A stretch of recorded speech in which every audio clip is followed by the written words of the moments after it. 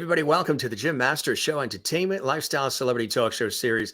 Jim Masters in the host chair reporting for duty. We're here in the New York area in the United States, and we welcome you from all around the world, morning, noon, and night, watching our series. Thanks for all the love and the support of the Jim Masters Show, where we have done, oh boy, I think it's like 1,100 episodes so far in about 4 years' time. Unbelievable and counting, with all these great episodes and amazing guests coming in, including our buddy and great friend, an extraordinary Irish talent to so much more. Singer, songwriter, composer, musician.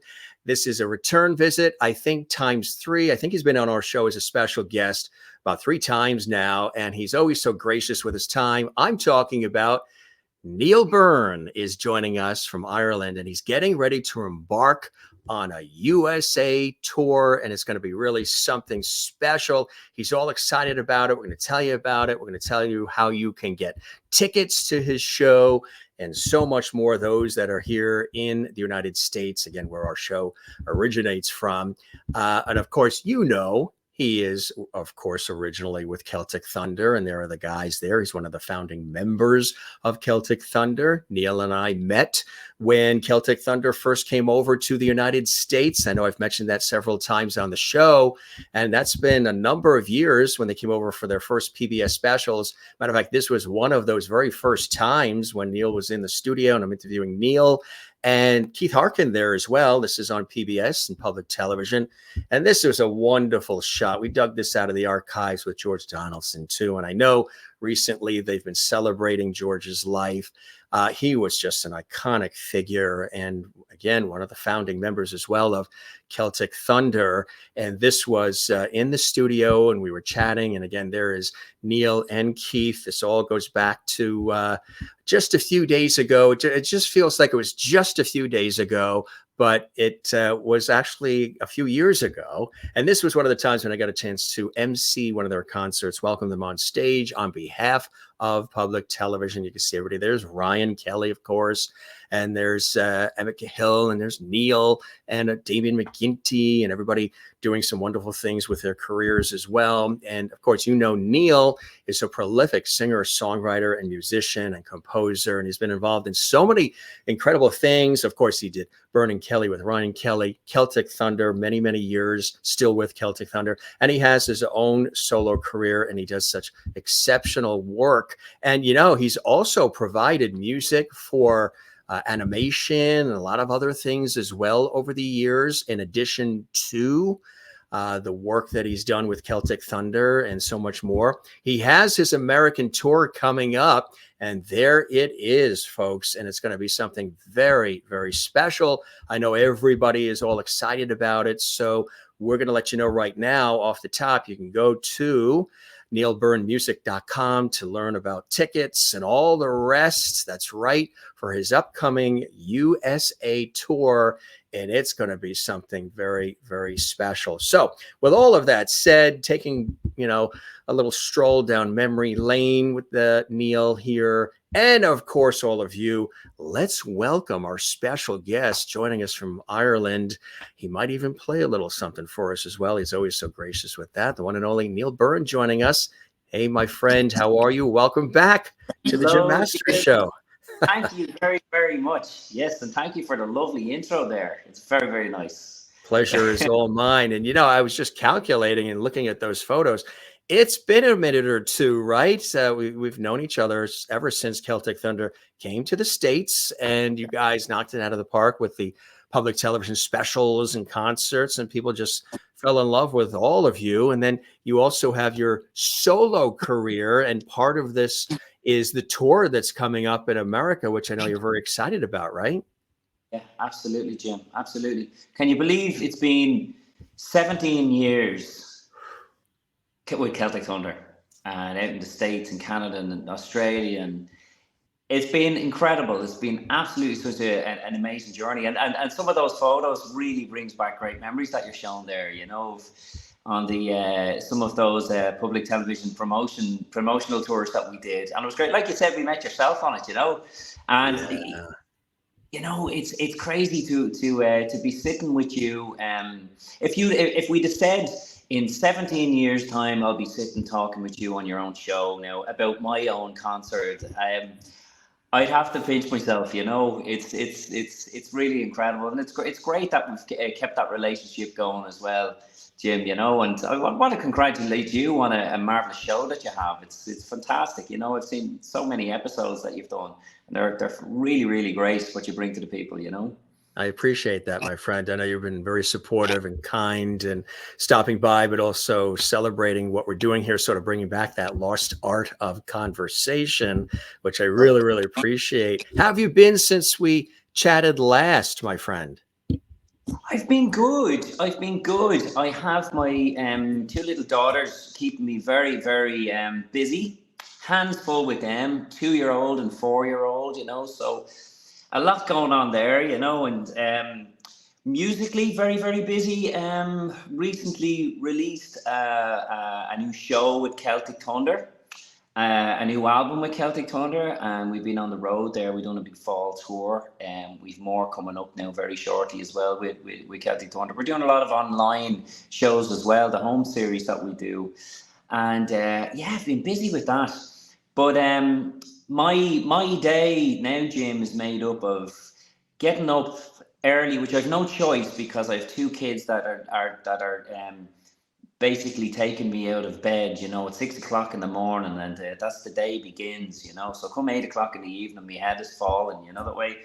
But I get up in the morning and I go into the studio and I write music religiously every morning. That's what I do. I find that's the best time for me to open up the creative part of the mind. You know, in the evening, I'm not very creative. I can work, but when it comes to writing music, early morning is a special time for me for some reason. I can tap into a lot. I can hear things a lot more clearly, you know. So my day in the morning. I get up and I do at least a couple of hours of songwriting in the studio, which I really really love. And I've been writing a lot of new music for my new show now that's coming up that I'll be going out and playing, you know. I'll also be playing some of the songs that I've played and recorded with Celtic Thunder too, you know. And I've always been my growing up as a child. I've always loved musicians from your side of the pond, you know, the likes of your Billy Joels and James Taylor and Gordon Lightfoot and all Quincy Jones, David Foster, all the greats. They were my major songwriting influences and all, you know. And it was only till later in life I really got involved in Celtic music, and I absolutely love it. But my style is kind of merging a lot into my own style of Celtic music, you know, storytelling basically, you know.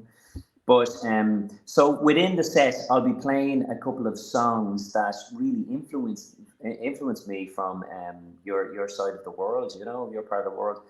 And yeah, I'm really looking forward to it. I'm looking forward to it. The last couple of tours, this will be my third Neil Byrne tour, you know, and it was, of course, you know, it's when you're going out to do a whole show by yourself, when you're used to having maybe, you know, 13 people on the stage with you, you have a lot of company there with you, you know. When you get up and you're doing it yourself, you've no one to blame but yourself, you know.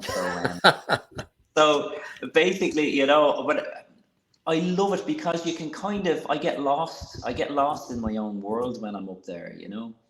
And I was just so overjoyed that people enjoyed what I was doing, what I'm writing, the music that I've been releasing. You know, I couldn't want for more. You know, so I enjoy in comparison to the big shows of, you know, thousands of people coming to see Celtic Thunder.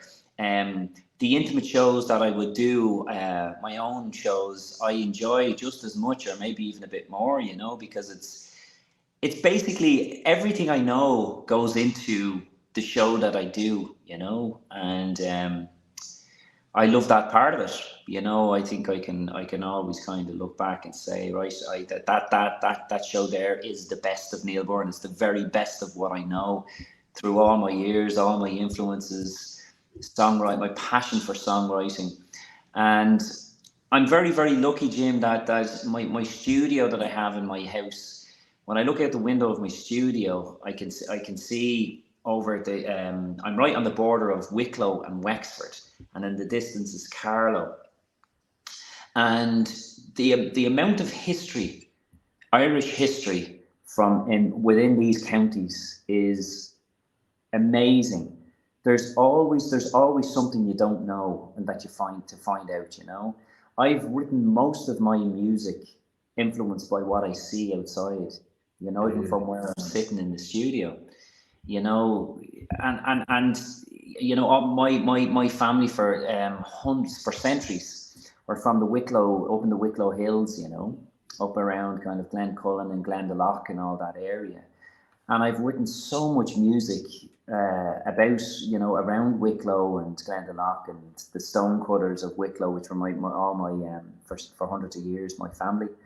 And the likes of the 1798 rebellion here, 10 minutes down the road from me, And so I'm very, very lucky to be surrounded by so much that influences me every single day. And that's why I find that I love songwriting, because it brings out the most honest part in me, and meaning, exactly what I feel at that time.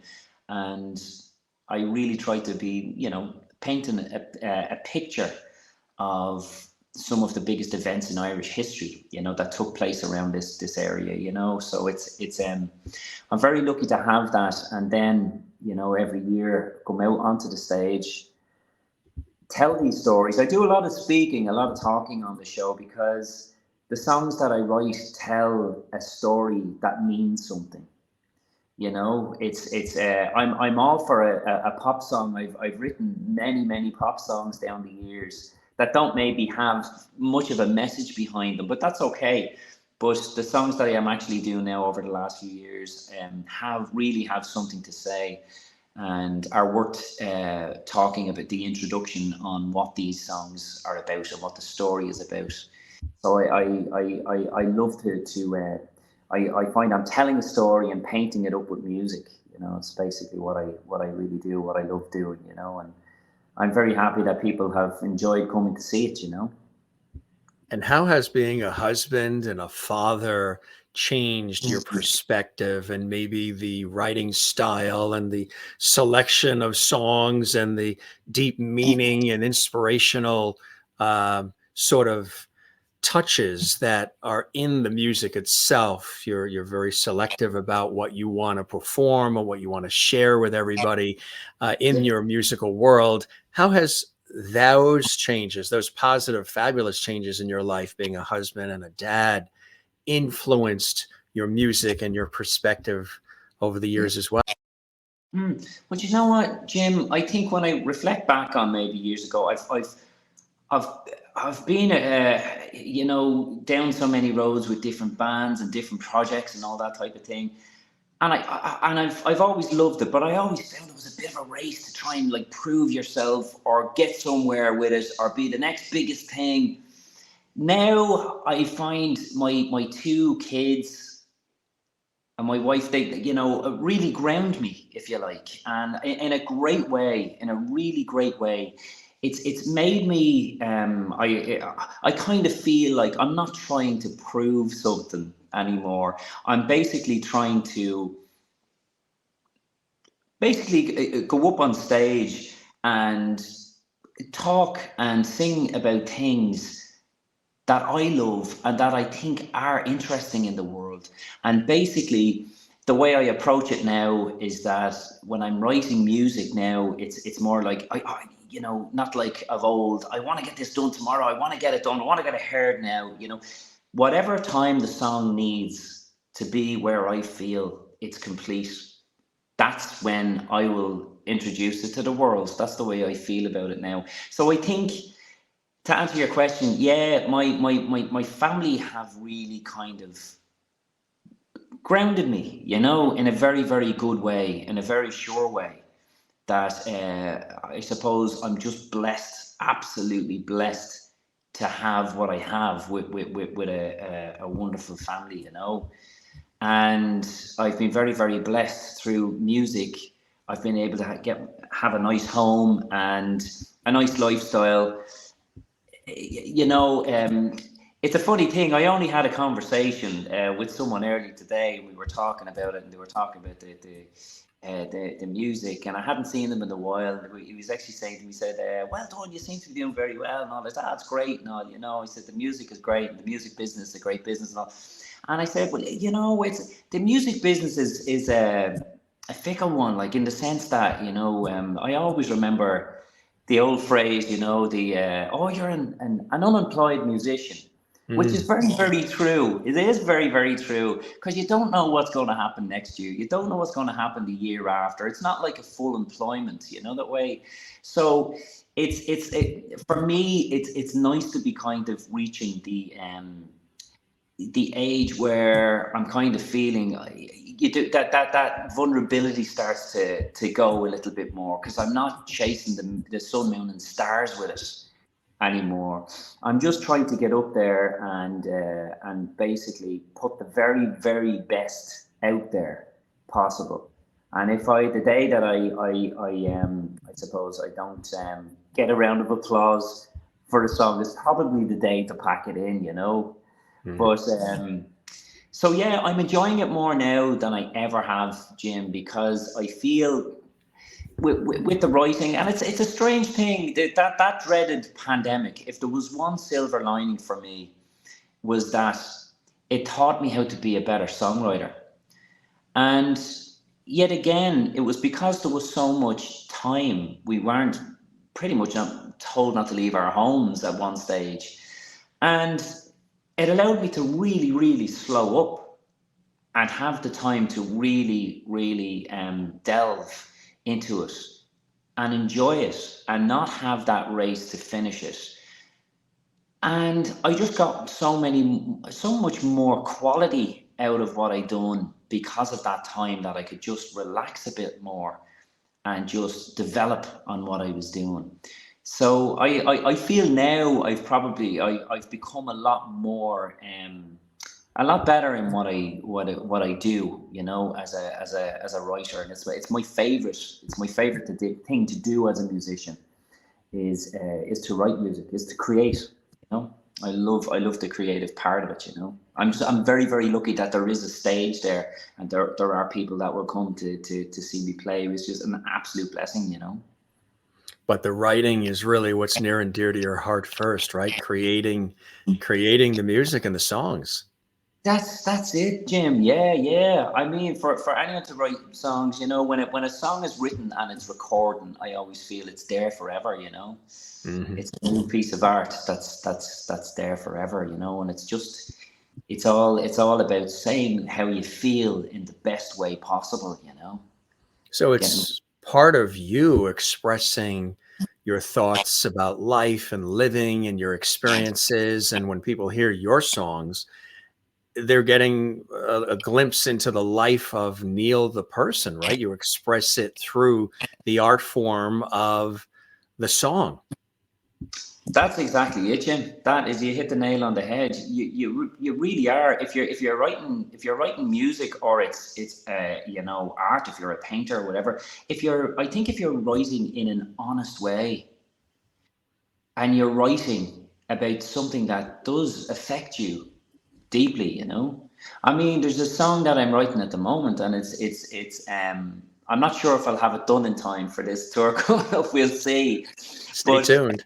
Yes, stay tuned. Exactly. Yeah, it's all about the 1798 rebellion. As I said, like it was the bloodiest battle in Irish history, when it was down Enniscorthy. It's about 10 or 15 minutes from me, and the battle happened on Vinegar Hill there, and it was basically when Irish rebels and farmers and peasants even took to Vinegar Hill to fight against the English forces at the time in 1798.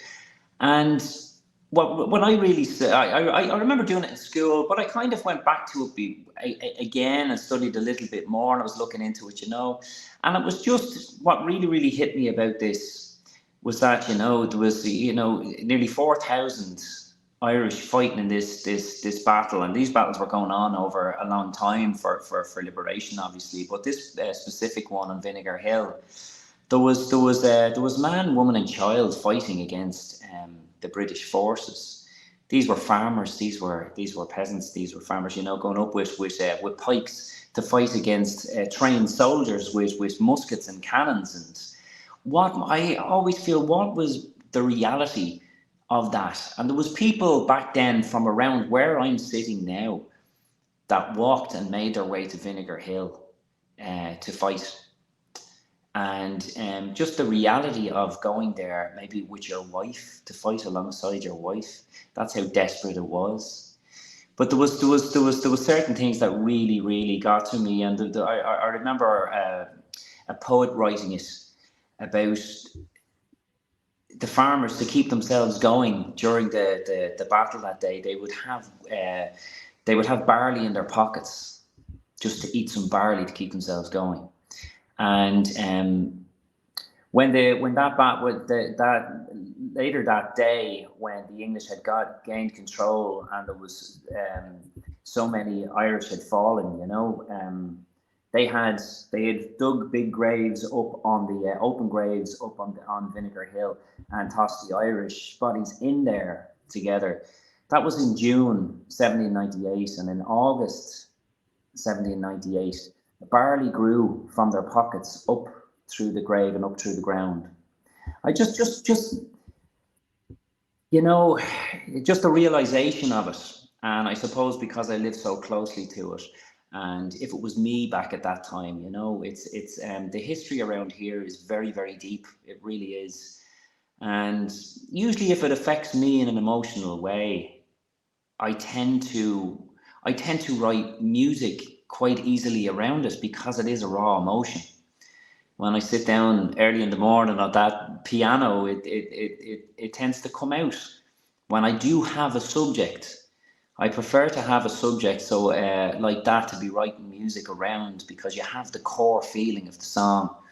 Whereas maybe years ago I used to try to write music first, which is fine. But when you do have that core of a story, you're basically just painting up that story then, you know, and putting it into the best possible words that you possibly can, you know. But so there's a lot of history around this place, a lot of history that I like to bring to my show, and that's what my show revolves around, you know. It's more Irish history than anything, you know. You know, I think it's a really cool thing, because there is such, and I know we've talked about it before a little bit, there's such an affinity, especially, you know, throughout the world, but especially here in the States and in Canada, for everything and anything Irish. The music, the culture, the food, the dance, the entertainment, the history.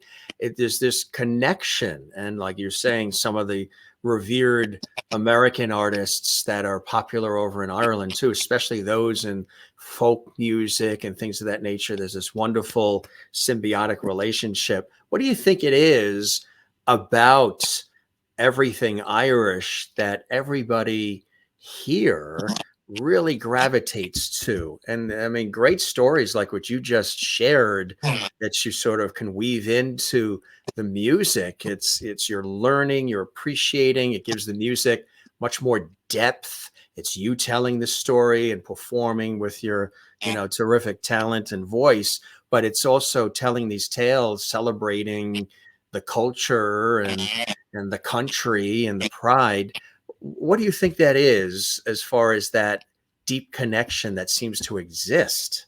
Yeah, a deep connection is right, Jim. You know, I've seen it for years. And I think it's a deep resonance in people's DNA and souls from back in famine times, when the Irish, so many Irish made their way to America, and America offered such an incredible new start for people. A new world. Was like a different planet, you know, and also obviously in other countries too.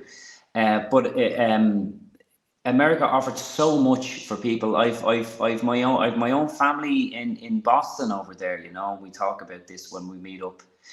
It's an amazing thing, and I think there's a deep resonance because of that. And then it's in so many. What is it? 70 million Irish Americans over there. You know, so it's, you know, I think they look back on Ireland and think of where they came from their great grandfathers and grandmothers and all, you know. So there's a two-way street on it. So in one way, we're kind of, if I may say, we're kind of all Irish in a way, you know. A lot of people see themselves like that, you know, and we have such an amazing connection, the Irish and American people. We always have always felt that since we went to the States back in 2008. There was always such a kind of a spiritual connection there, and I think it's in people's blood, it's in people's DNA. It really is. It's there for us all, and it's come full circle over the centuries, you know. So I think Celtic music, it's there in the soul. And the thing about Celtic music is, and this is what I found out later in life, was that there's a deep spiritual meaning in so much of Celtic music, because it speaks very, very openly about the hard times and the good times, the wars and the suffering, and people can relate to that, you know. And that's why I always feel that it's an incredible thing that we're still singing so many Celtic songs that we don't know who wrote the songs, because they're so old. They're hundreds of years old. We don't know exactly even how old they are, but because they have such a deep resonance, that they've stayed here. They've stayed here for all of this time, and they always will, you know. I think that's what people love about it. But I think it is. I think it's a DNA thing. It's passed down, and it's in our spirits, you know. And I do believe that. It really, really is. What is it like when you're doing a solo concert? You know, when you're touring with, or in the studio with the gang from Celtic Thunder, you know, there's all these other elements and all these other people involved in scheduling and booking and doing all that work.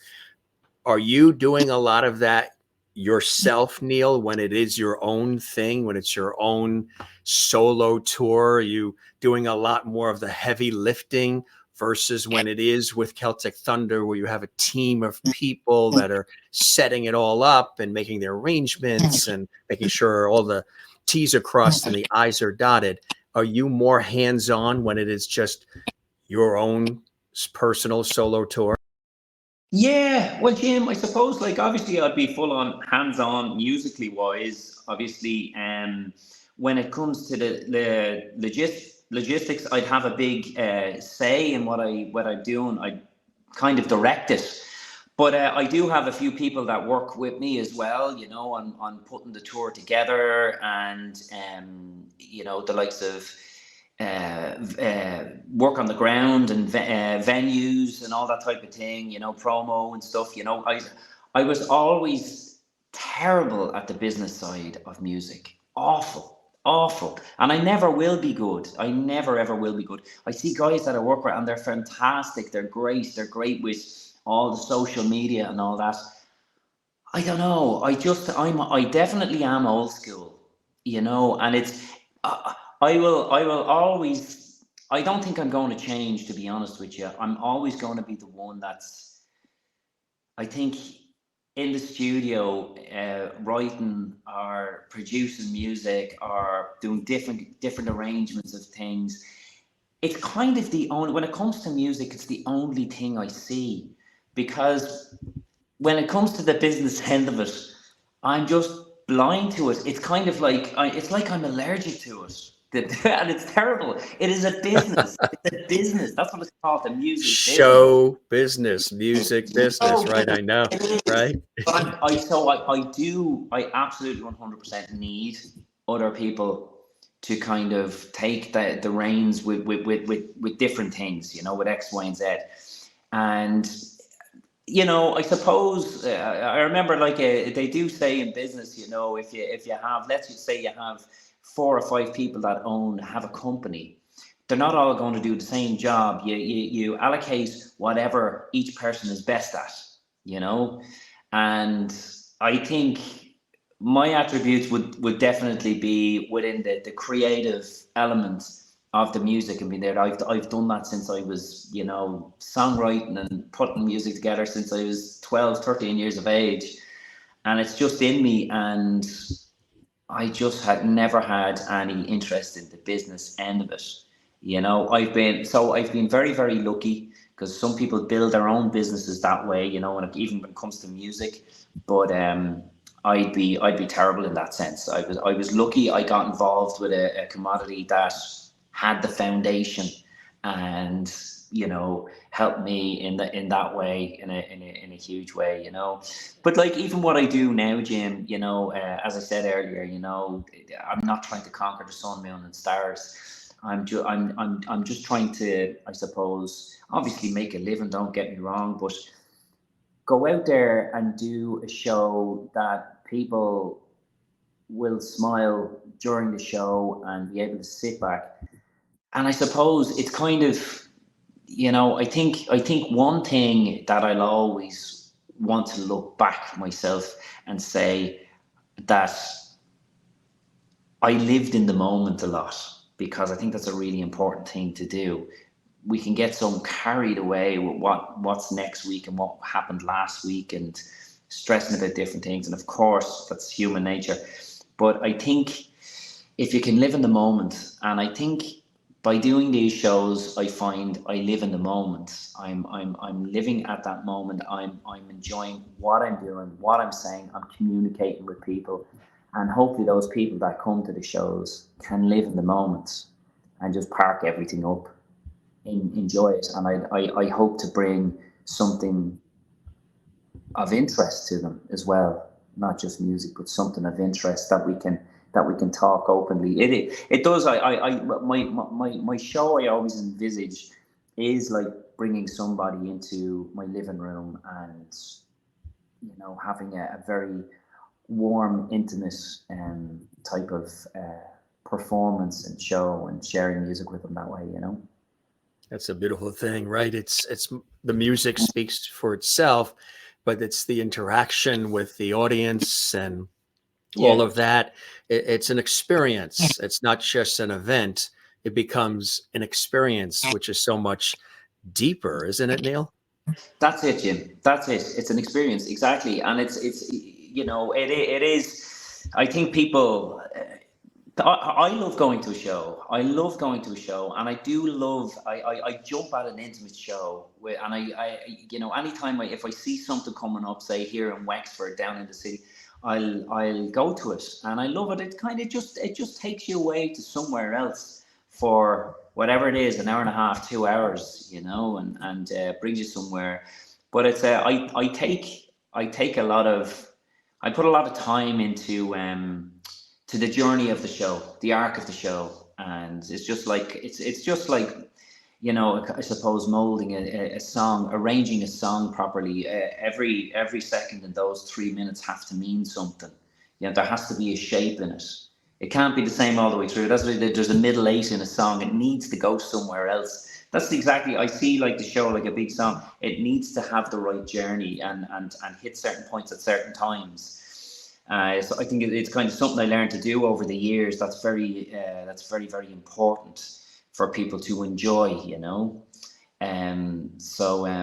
Yeah, like you said, it's an experience, and my phone gone off there. I really hope to bring a nice experience to people that come to the show. That's my aim.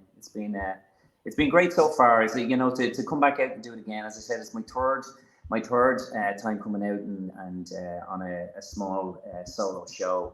So I'm really happy to be doing it again. You know. It's quite exciting. Yeah. And, you know, congratulations on that. And I know it's going to be another great success for you, my friend, because people love, you know, when they get a chance to see you do your thing, whether it is, you know, with the Celtic Thunder guys, and this is one of the recent photos with you guys, or you doing your own thing, which I think is so great. You know, speaking of that, I think it was recently, didn't you guys do something remembering good old George Donaldson? Absolutely, absolutely. Yes, indeed. It's 10 years since our friend passed. Yeah, it's hard to believe it's 10 years, Jim. I can't believe that. Yeah. A wonderful guy, a wonderful guy. All I have is great memories of George, nothing else, just great memories of him. He was a very, very funny character. He was so funny, and he was very talented. He was such an original person, an original performer. Nobody, he didn't sound like anybody else, or nobody sounded like George. He was just George, and there was no one like him. That's what I loved about George. And when George was out on stage, talk about an honest performance. George, no better man than George to give an honest performance on stage. He was a fabulous performer, you know. It's funny, as time goes on, we miss him more, you know. Absolutely. That's the way it works. Yeah. You stay in touch, I'm sure, with the guys, and even recently had some tea with Ryan. How's our friend Ryan doing? And that was nice. Where are you guys located? It looks like a castle. That's the outside of Neil's house. Yeah, I know. I wish it was. We met up as kind of a halfway spot, you know, from Tyrone to Wexford, which was in Dublin, in the Phoenix Park. The Phoenix Park, there's a beautiful park. It's actually the biggest park in Europe, Phoenix Park. It's a beautiful place. Just it's like it's in the city. It's an amazing place. So we met up there, and God, we walked around, because I actually hadn't seen Ryan. We'd been in touch a lot, but I hadn't seen Ryan in quite a while. So we met up, and we talked continuously for about 2.5 hours, and walked for miles around the Phoenix Park. You know, so it was great. It was great. I mean, myself and Ryan go back. Myself and Ryan have been playing for 12 years. 12 years together. Byrne and Kelly were going for 12 years. Would you believe that? That's right. It's pretty, yeah, it's incredible. It's really incredible, you know. It just goes by really, really fast. Absolutely. It does. It really does. You know, but it was great seeing him. I was talking about the grounding of lovely family. How's everybody doing? How's the family doing? They're doing fantastically well, thank God. You know, they really are. We get great fun. The two of them can be a right handful, but at 2 and 4, you can imagine that's the way it is, you know. But yeah. I think Nicole would say that I'm a handful sometimes too, you know. You know, I'm pretty much, you know, I'm fairly much to blame, Jim, you know. But they're doing great, you know. Fleur, my eldest there, she's 4, and she's in kindergarten now, you know, and she loves that.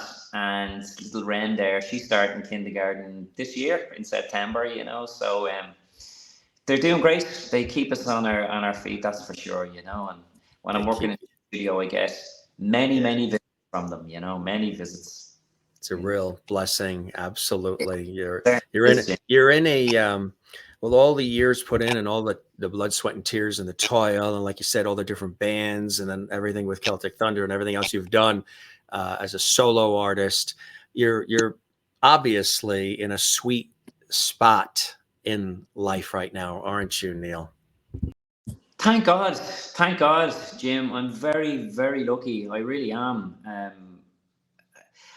It's, you know, I feel at the moment I want to slow time down, you know, just to with the kids at the age they're at now, and things change in life, obviously, you know. There's many things that can happen in life, and it's I'm very, very, very happy at the moment, thank God. And yeah, I just want, as I said earlier, you know, kind of living in the moment. I mean, don't get me wrong. We all have our ups and downs and our hard times. It wouldn't be normal if we didn't, you know.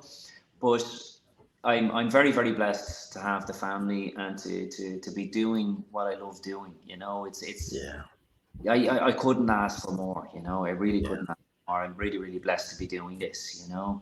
So it's my only wish is to be able to kind of slow time down and live more in the moment, as I was talking about, you know. I said that sometimes we can, and I've often said this to Nicole, sometimes we can talk about the future too much. Oh, it'll be great when we can do this, or it'll be great when we can do that, or we'll do this then.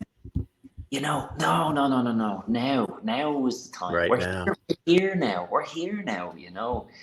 Don't be thinking about too far down the road. You know what I mean? And it's enjoying it, and it's not. It's learning how to not think too much about materialism and stuff like that. It's just the joys of being able to just try to enjoy what's around you. That's exactly it. Grateful and blessed for sure, my friend. Absolutely. And I've had the opportunity to see, that progression in all these 17 plus years of knowing you and all the different things you've taken on and experienced. And I think it's a really cool thing. So I do think you're in that sweet spot in so many different ways. I think it's a beautiful thing. And did you want to pluck that beautiful guitar a little bit for us? I know you're always so great about doing that. Yeah. If you'd like me to give you a few bars. We always put Neil to work. Oh, look at that. This just happened to be. It just happens to be there. Yes, that beauty. This is my, do you know what? I'll take this off. I have what's called a feedback buster. You'll probably see it in here, from the studio, so it doesn't feedback, but it doesn't sound great acoustically if I have this in. Everything then becomes in stereo.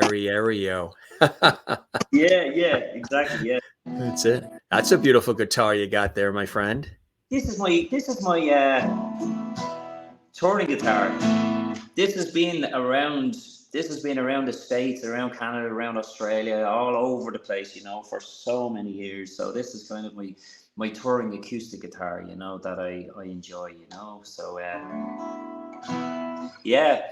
So I'll give you a few bars. A song I wrote last year. This was about my hundreds of years of my ancestors. They were all stone cutters in the Wicklow Mountains that I only found out through studying my ancestry. And as I say, that would be about maybe 30 to 40 minutes up the hills from me here, up in the Wicklow Mountains, up in Glencullen, where all the it's ceased to exist now. It doesn't that industry's not there anymore. It ceased to exist in the 70s, but it went back hundreds and hundreds of years. So I love going up to that part of the world, where my ancestors were from, and visiting there, and of course, like, all the graves are up there as well. So it's lovely to go up around that area and walk around where all the old quarries were, So I wrote this song. It's through the eyes of my ancestors going to work, in the mornings, going up the Two Rock Mountain up to work there in the hills during the beautiful summers, but the really harsh winters, cutting stone with big metal chisels and hammers, and how hard that must have been, But the view over Dublin, Wicklow and Wexford and Carlow and Meath and all must have been amazing. The Irish Sea and all you can see from there. It's beautiful. So I'll give you a few bars of this, So it's called 200 Years. And I just noticed that I'm in the wrong key with the capo here. Because you would have been scraping me off the ceiling to try and get the notes in that key. That's it, right? That's better. All right. Here we go. It's called 200 Years.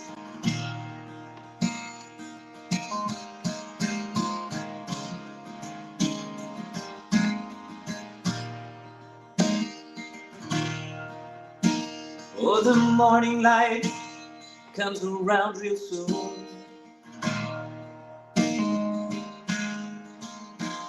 with the rising sun over Valley Blue.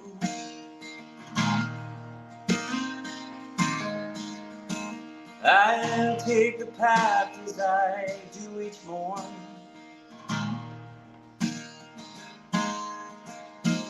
under gentle pines, so they hills I know. These western gales give these mountains chills. Can't feel my hands, yet feel the will.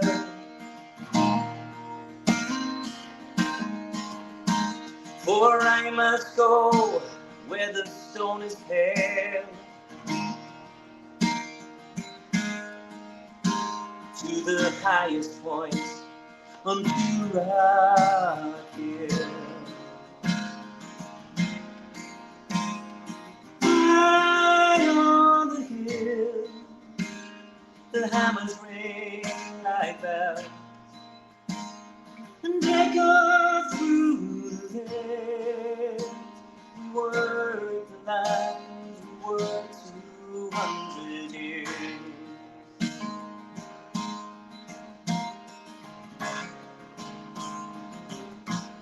his hills are covered with ling firs.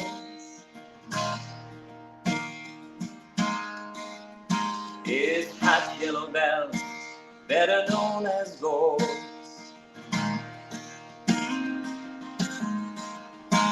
My mind carries my eyes say,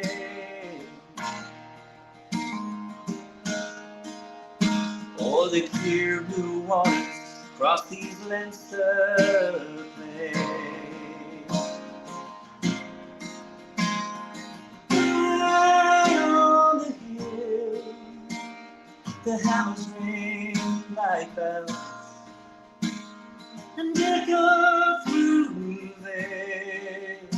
We work the land and work 200 years.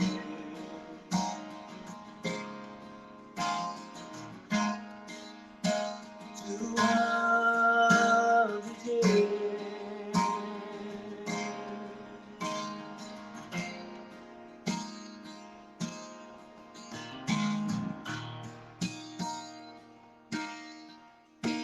One day, my boy, will fill my shoes,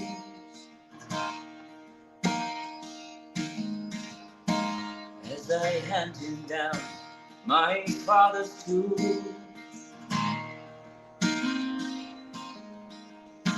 For he must go where the stone is pale,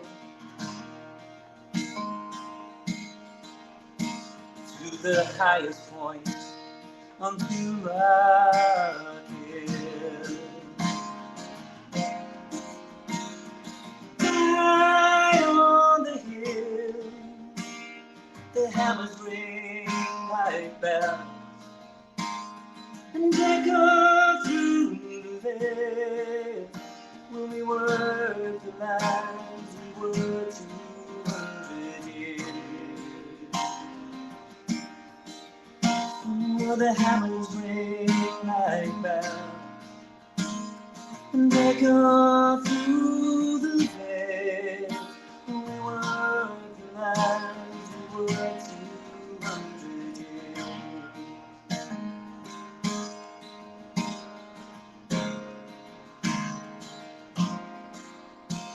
Oh, the moonlight comes around you soon,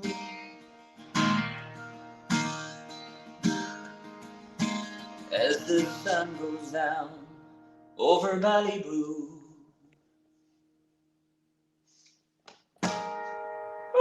That's really nice, my friend. That is really nice. That is a Neil Byrne original. How long did it take you to write that? I mean, the story within is fantastic, and the melody is wonderful as well. How long did that take?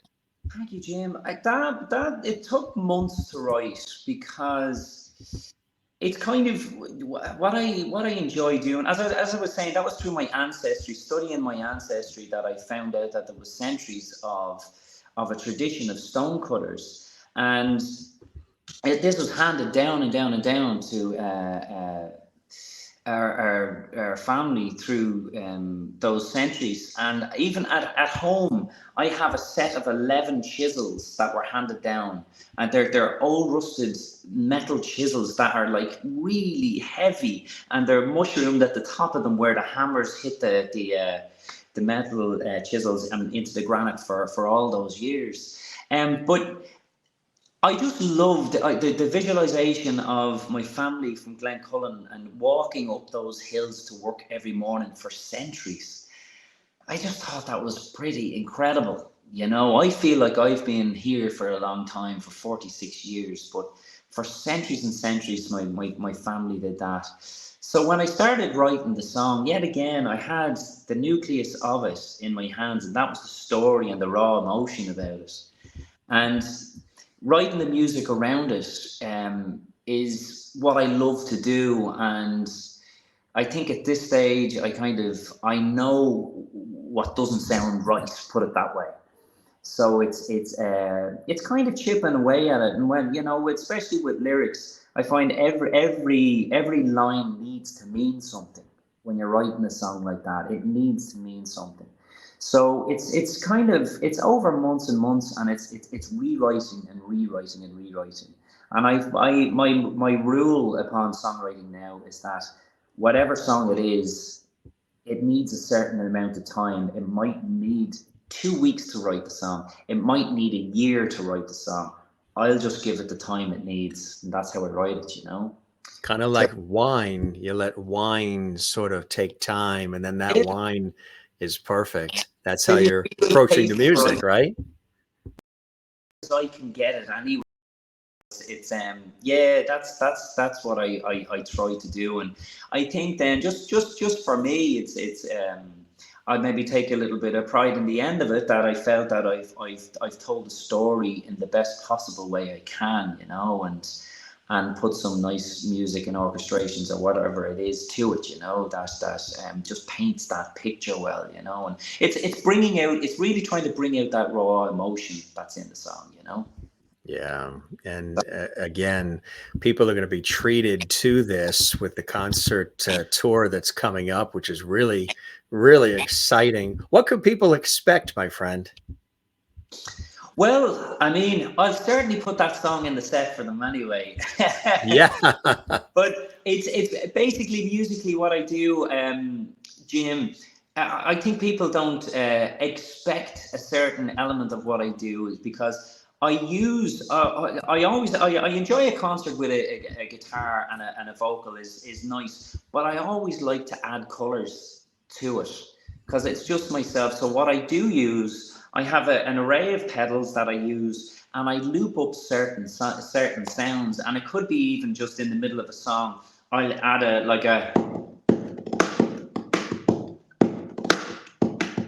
and I'll hit it on a loop pedal, and the loop pedal will keep going, and it gives me a little bit of percussion underneath a song, halfway maybe through a song. I do different tricks, like I have a pickup in this guitar that can pick up a voice, and I sing into the guitar sometimes some harmonies, and I hit the loop pedal and I record it, and it plays back through the song as I'm singing it. So I do a few things like that, you know, that just gives, and I'm not trying to use it as a gimmick, and I use it to color up the song. You know, that's my whole goal, and I enjoy that. And it's like what I was saying to you earlier about the show having a shape to the show. That's what I enjoy. So it's not the same sound all the way through the show. There is a differentiation in sound as we go all the way through the show, and different songs need different things. So I bring in different colors at different times. You know, so. That's how my live show goes, you know. So it's to perform it is a bit of a handful. Like there's a lot to think about and a lot to do, but I enjoy it that way, and I think it gives the audience a lot more, you know, to value in textures in the show and all, you know, and the kind of to use different textures, and I like to call it colors. I kind of I see it in color, you know, but yeah, so hopefully people will enjoy that. You know, some of these shows that I'm doing are private shows, and it's a thing now that a lot of artists do now. It's kind of, I don't know if it was, well, it was prior to the pandemic, but a lot of artists are doing it now, and they let people usually with larger homes maybe like opening their home to have an intimate concert, and they might only sell maybe 50 or 60 tickets. And to begin with, it wasn't something that I was going back a good few years ago that wanted. Myself and Ryan Kelly, we did it, and it wasn't something I particularly wanted to do. But some of the best shows we ever done were in these intimate places. It can be really, really lovely. And don't get me wrong, I do venues obviously as well, and I love playing obviously in venues, and I handpick the venues that I play in. But yeah, so I think some people, I think they might like feel a little bit shy of coming to somebody's residence, but it's always, these residents are always handpicked, and they're beautiful, and it's the reason why I go back to these places, you know. But as we'll see, like I know Jimmy showed the poster there, but like even on my website under tour, neilbyrnemusic.com, and under tour, all the venues. I'm going out to do, I think it's 10 shows I'm doing, 10 or 11, something like that. but they're all listed there, and the places, it's all East Coast for now. It's East Coast because I drive the whole thing myself, and I had a 2 week window, so eventually I do hope to get out to the West Coast as well. But It's quite an undertaking, isn't it? Even it is driving yourself from place to place. Yeah. it is an undertaking. It's been, it definitely is. It's, when it was a challenge. Definitely the first time doing it was a real challenge of going out to do everything myself, basically, and just by myself, and I go and do it. And I just thought it was a good challenge as well. Let's go out and try this, and I loved it. To be honest with you, I find I'm excited about it, and I skip over to the gigs, but I fall over the line at the end because it is tiring. It is very tiring because it's more or less nearly 10 consecutive shows, and driving for maybe 5 hours in the day to get to it. Set up and sound check and meet and greets and all that type of thing, and driving after the gig. So it's tough going, but there's something I love about. It's kind of my own universe, if you know what I mean. It's my own world. I kind of get lost in it for a while, So hopefully, So I'd love people to visit my planet, for a while, and Neil's world, right? Yeah. I'd love to see people there, and I'd be happy to get a photograph or anything like that with people. So, you've always been very, very good with that, with everybody, and you appreciate the fans and the supporters, and that's so incredibly important, isn't it? Oh, huge, Jim! Absolutely huge. Like, it's an amazing thing. Like, over the Celtic Thunder years, we've got to know people so well, just by how amazingly supportive they have been to us. They always reach out with an email. They reach out with sending a card or a gift or something like that. We've been blessed. We've been mothered 100 times over, and I mean in the best way possible. People have been so good to us. We've friends everywhere, from people coming to see our music and saying that they get something. They get something really positive in their lives from the music we play, and it's an incredible thing when you get somebody even saying that to you. You know what I mean? Like, that this music got me through a tough period, or it could have been COVID, it could have been the pandemic or whatever. But the supporters of ourselves have been incredible, really, really incredible over the years, and still are. It's hard to believe how long it's been, right? I tell you, if you weren't doing this, if you weren't immersed in music in the way that you are, and with Celtic Thunder, and with your solo career, and of course with Ryan, with Byrne and Kelly, what would be the other thing that Neil Byrne would be doing? What would have been plan B? Oh, do you know what, Jim? I tell you, that is such a hard question, because I've never, since I was a kid, I never done anything else. And I really, really don't know. It's just such a difficult one. I think you'd be a historian. Well, you know what? Teaching history in the school. Yeah. Oh, you know what, Jim? As I get older, I do enjoy that more, and it's become a huge part of music for me. It's probably the biggest part of music for me now. Stories that really strike a chord with me. Excuse the pun, but it's when it does that, that's when it opens up the creative part for me, and it really floats my boat to write songs around these amazing events. And it could be just about a person. It could be about anything, but there is so much history and story around. Around Ireland. I know that's stereotypical to say. You've heard it a million times, but it's the truth, and it's steeped in so much information of old that you can never stop learning. And it's. So getting back to what you were saying, you're probably right, Jim. A historian probably would float my boat now, if I was to do something else. Yeah, it's very true. And isn't it the family in sort of carpentry or woodworking too? My brother does. Yeah, my brother has. He does like restoration of, like he did for years, for restoration of like antique furniture, and many different things. And got to do with wood. His whole trade is in that, you know. Paul, and he's a fantastic pair of hands for that. He's very talented, you know. I, on the other hand, I'm useless. Right? I really am. I couldn't put a nail in the wall, you know. I could show you, Jim. Now I won't go and do it now, but behind some of the pictures in my house are like 3 or 4 holes where it took me 3 or 4 or 5 times to get the screw in the right place. I drilled a few holes first, so I can't take those pictures down now. They have to stay there. Because sometimes it's hard to find where that beam is behind the wall so the picture stays up. So you're basically saying some of the pictures, it's a good thing you're not in an earthquake zone there. Absolutely, Jim. Yeah, and the moral of the story here is that I don't have the hands for those kind of practical things, you know. So I'm lucky that I had something for music, you know. Yeah. You know, so That's it. Yeah.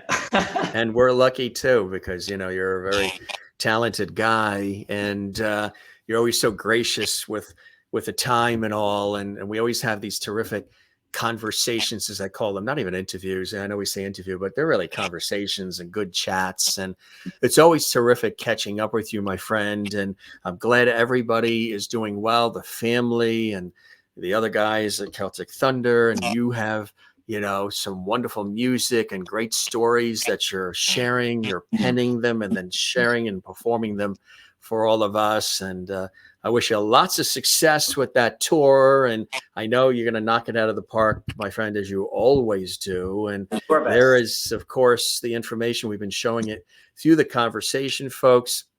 The tour, go to his website. You can learn more about how to get the tickets and cities he's going to be performing in, and other projects and cool things he's working on. I mentioned that, you know, in addition to Celtic Thunder and your solo career and everything else, you've done music for video and for animation and other things too, where you've provided the songs. I think that's so cool. That's another side to your professional work that some people might not even know you do.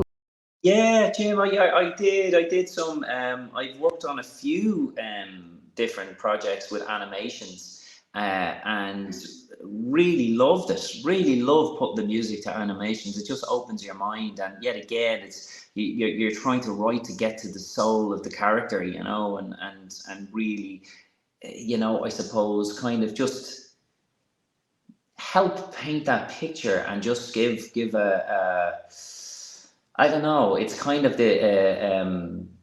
as you know yourself, when you watch films, you know, and there's a lovely score behind it. What it does for it is amazing. It's an amazing thing, and it's basically just complementing the character or complementing the scene, you know. And yet you have to do it in a way that you're keeping out of the way, but at the same time you are complementing. It's like you're putting a nice fur coat on the character, you know. But I've always enjoyed doing that, you know, and it's funny talking about different things. We've actually put 3 songs up. If you wanted to check, anybody wanted to check it out on Spotify. I work with 2 other guys, and it's dance music. Believe it or not, it's completely different, But I love I like writing different. It's basically back to when I used to do it a lot, pop music. But I have 2 guys that I work with, and they're incredibly talented. I love working with them because they're at such a high level. And we have Yo Gemini is the name of the group, and it's YOGEMINI. Yeah, of course, as it sounds. Yo Gemini. And there's 3 songs up on Spotify if you just wanted to have a listen, you know. But it's something completely different again, Jim, you know. But it's always nice to do a few different things, you know. And I love the studio end of things as well. So that's where it comes in for me, the studio end of it, you know, with that project, you know. Any other exciting things coming up that you want to share that you're stoked about, my friend? Well, I tell you, the Celtic Thunder tour has been released as well, so I'm absolutely really, really excited about that because the last tour was huge and it was amazing. This time we're doing a 2 month tour, and it's an extensive tour, but we have an incredible show. The show is fantastic. We've worked really, really hard with everybody involved, and it's great. So really looking forward to that. The fall tour, is going to be fantastic, and all those dates are up on the Celtic Thunder website as well. I remember the last time that we were on stage or I was introducing you guys, and this is that photo behind the scenes backstage just before you guys were going on. And at that point, I think you guys mentioned to me it was like a 99 city tour. You guys were going from city to city to city. It's really, those Celtic Thunder tours are something else, huh? Yeah, I mean, in the last few years, we haven't done tours weren't too big. We used to we used to do sometimes between 3 and 4 months. It was crazy long, like crazy time to be on the road. So this time, about 2 months, 2 months on the road. So it is an extensive tour. There's a lot of shows in there. There's probably 45, 50 shows. So there's a lot of shows. But the show itself, Odyssey, is it's a good show. I think I think everyone involved feels it's probably the best product we've ever had. So we're excited about that. Hopefully we'll get to meet you there, Jim. That'll be great. Yes, absolutely. Like always supporting you guys and spreading the word for the incredible music that you're known for.